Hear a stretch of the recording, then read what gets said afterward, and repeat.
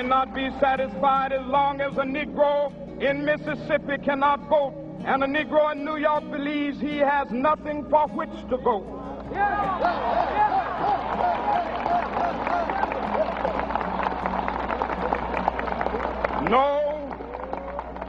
No, we are not satisfied, and we will not be satisfied until justice rolls down like waters and righteousness like a mighty stream.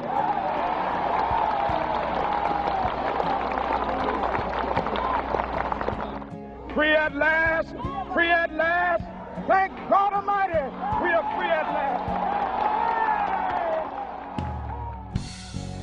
Looking at speeches, it is not uncommon to hear a single word repeated many times, and that word is we. Typically, we associate speeches with leadership, but who is it that those speeches are addressing? Looking back at history, we see that it is not the single person, the leader, who enacts change in the world. It is the followers. It is the we of the speeches. It is the us, not the I or the me. There are many different kinds of leaders. One kind is that who enables others to participate by opening up the floor for followers to fight for their cause.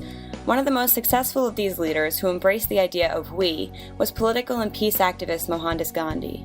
He was well aware that his battle could not be fought on his own, and he would need to inspire others to act out against British oppression as well.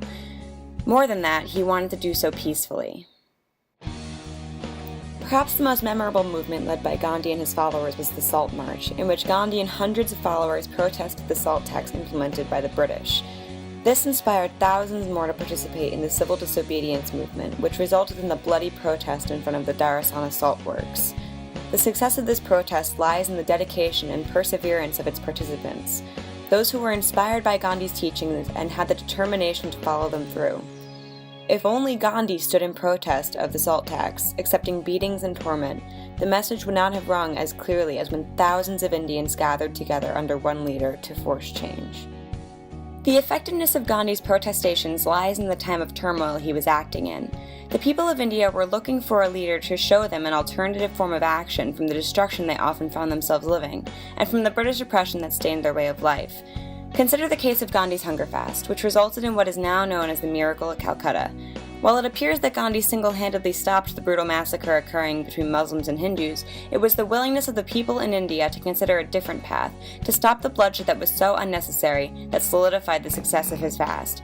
We can see that even Gandhi's most personal triumphs can truly be attributed to those who chose to follow him.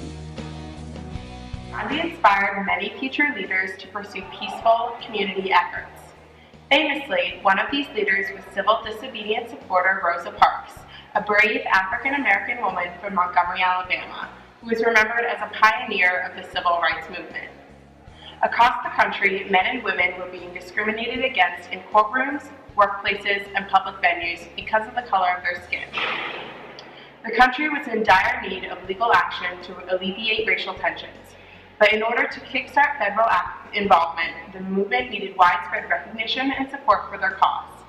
Historians identified the events of December 1st, 1955 as doing just that, and in effect initiating the modern civil rights movement in America. Prior to 1955, progress on the civil rights movement was moving at a glacial pace. The movement achieved a series of small successes in 1954, including the Brown v. Board Supreme Court decision that was supposed to knock down segregation in public schools across the country. But with each success, the movement endured even more tribulations. Rosa Parks is much more than a civil rights leader. She started her career as an activist for the NAACP, where she struggled to advocate for her African American peers every day. She is most commonly recalled as the woman who refused to stand up when a white passenger needed her seat.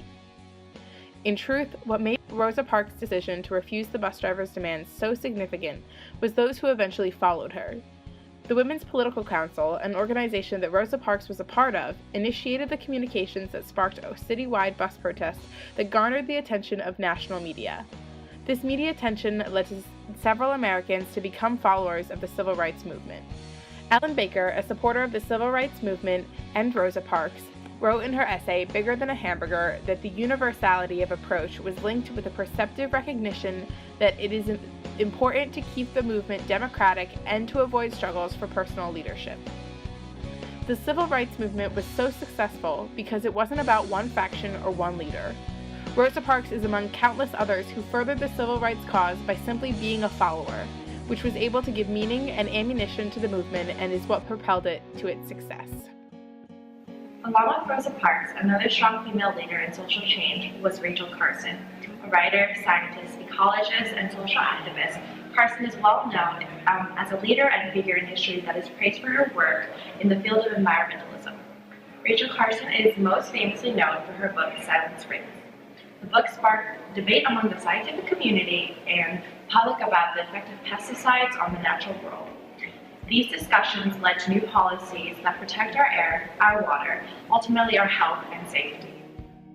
By promoting awareness about the dangers of biocides, Rachel Carson inspired society to be more aware and informed about the chemicals sprayed on our food.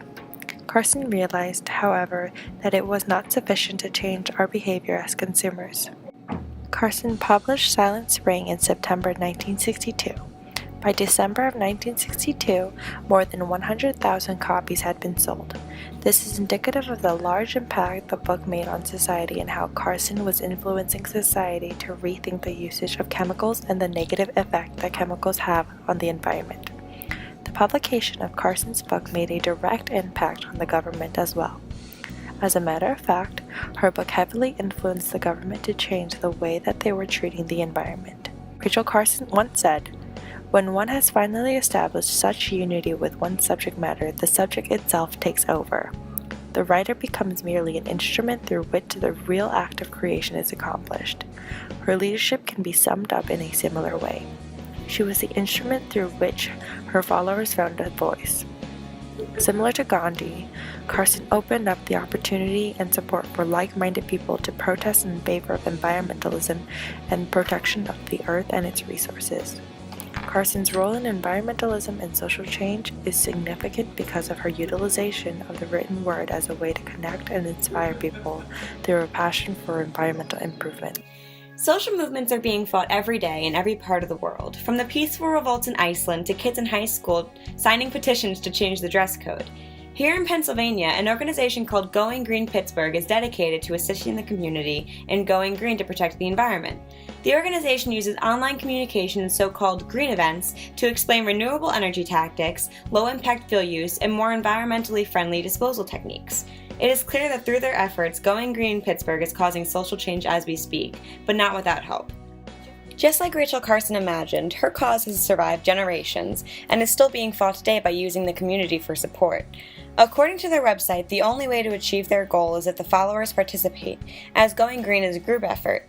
We see that Going Green uses similar tactics to what the civil rights movement used in sending electronic pamphlets and getting information out in order to spread knowledge to the general public. There is no one leader of Going Green Pittsburgh. They say if we all pitch in a little, positive change will happen.